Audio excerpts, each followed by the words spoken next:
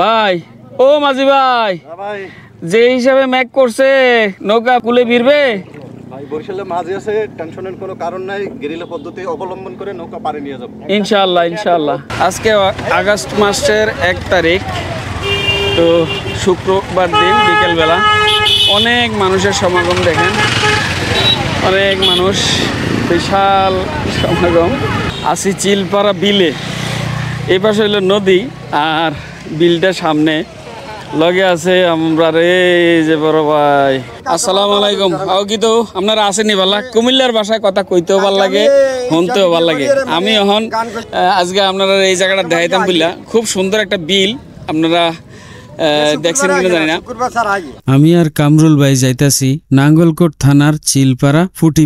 ফুটিবিলে যাওয়ানোর আগে ডাকাতিয়া নদী পড়ে এই নদীতে অনেকেই নৌকা চড়তে আছে যারা পর্যটক হিসেবে এনো আইছে আমি আর কামরুল ভাই বৃহস্পতিবার পরিকল্পনা করলাম যে 14 গ্রাম জামু সিউরা হইয়া তখনও জানতাম না চিলপাড়াটা নাঙ্গলকোট থানাত পড়ছে দুইজনে একখানে হইলাম ফদ্দের বাজার বিশ্ব রোড দীর্ঘ একটা জার্নির পর আমরা ইয়া পৌঁছে গেলাম সিউরা বিশ্ব রোড আমরা সিউরা বাজারের দিকে নেমে গেলাম গা একজনরে জিগেলাম চিলপাড়াটা কোন দিকে কয় যে সোজা যান সোজা আইয়া পড়লাম দোরকরা বাজারও আইয়া দুইটা রাস্তা দুই দিকে গেছে জিগেলাম যে কোন দিকে কইলো যে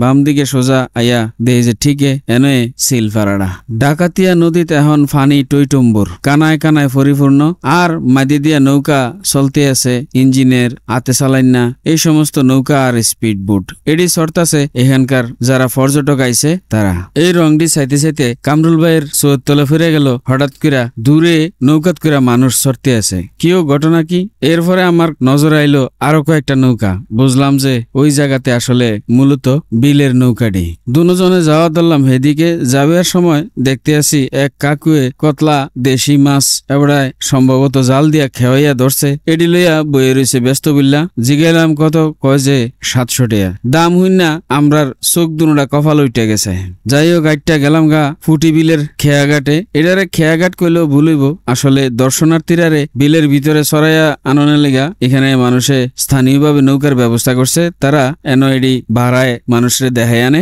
যাই হোক এনো যদি আপনারা আইয়েন এডি অবশ্যই দরদাম করে লইবেন কারণ দরদাম না করলে পরে বেজালো ভরবেন আমি আর কামরুল ভাই উঠে গেলাম নৌকাটার ভিতরে আমরা দুইজনেই একটা নৌকা লইয়া ঘোরা শুরু করলাম কতক্ষণ যাওয়ানোর পরে কামরুল ভাই কয় মাঝি কাকু আপনার বইটাটা আমার দেন আমি চালাই কাকু কয় তুমি পারবানি কামরুল ভাইকে আমি বরিশাল্লা বলা আমি বইটা দিয়েও নৌকা বাইতাম পারি এটা তো ঠেল্লা নেওয়ান লাগবো দেন আমারে একটা দমকি দিল এরপরে মুরব্বী এবারে রাত লাড়িটা দিছে বাসটা দিছে এবারে নৌকা খুব সুন্দর করে চালাইয়া লয়ে যেতে আছে আমার কাছেও ভালো লাগতে আছে কাকুরে জিগেলাম কাকু এনো ফানি কুদ্দুরিব কয় এনো ফানি ঠাই পাওয়া যায় না আমি কই কন কি কয় যে